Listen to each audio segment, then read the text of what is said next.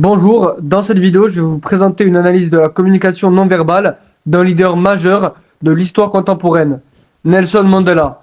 L'objectif de ce travail est de montrer comment la communication non verbale peut renforcer le leadership à travers l'exemple d'un homme qui a incarné la paix et la réconciliation. L'angle que j'ai choisi est le suivant: comment Nelson Mandela incarne la non-violence à travers sa communication non verbale.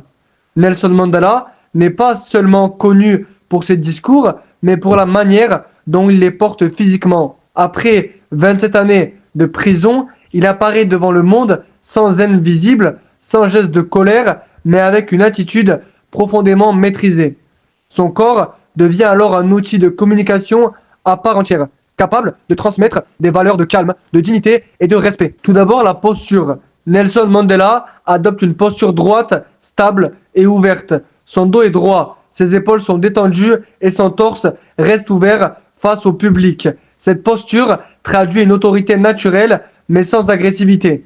Il ne cherche pas à dominer physiquement son auditoire, au contraire, il donne l'image d'un leader ancré, calme, sûr de lui, ce qui renforce immédiatement la crédibilité de son discours. Le regard joue également un rôle fondamental. Mandela regarde son public de manière directe mais jamais intimidante. Il ne fixe jamais une personne en particulier, il balaye lentement du regard l'assemblée, ce qui donne le sentiment qu'il s'adresse à chacun.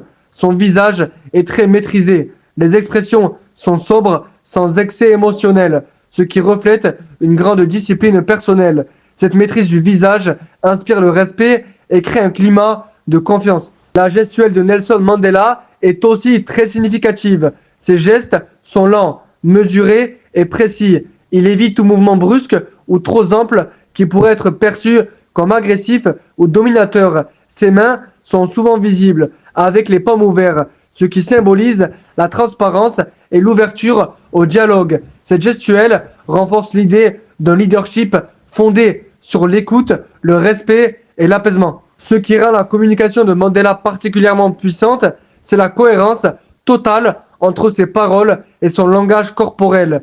Il ne se contente pas de parler de paix, de pardon ou de réconciliation, son corps transmet exactement le même message. Cette cohérence renforce fortement sa crédibilité. Le public perçoit alors un leader authentique, sincère et profondément humain. Grâce à cette communication non verbale maîtrisée, Mandela inspire immédiatement la confiance et le respect. Son attitude apaise les tensions et favorise l'adhésion de son auditoire. Le public n'est pas seulement convaincu par ses mots, mais touché par sa présence. Pour conclure, l'exemple de Nelson Mandela montre que la communication non verbale est un élément central du leadership. Sa posture, son regard et sa gestuelle incarnent la non-violence et renforcent la portée de ses discours. Ce travail m'a permis de comprendre que le leadership ne repose pas uniquement sur ce que l'on dit, mais aussi sur la manière dont le corps soutient le message. La communication non verbale devient ainsi un véritable outil d'influence positive et de transformation sociale.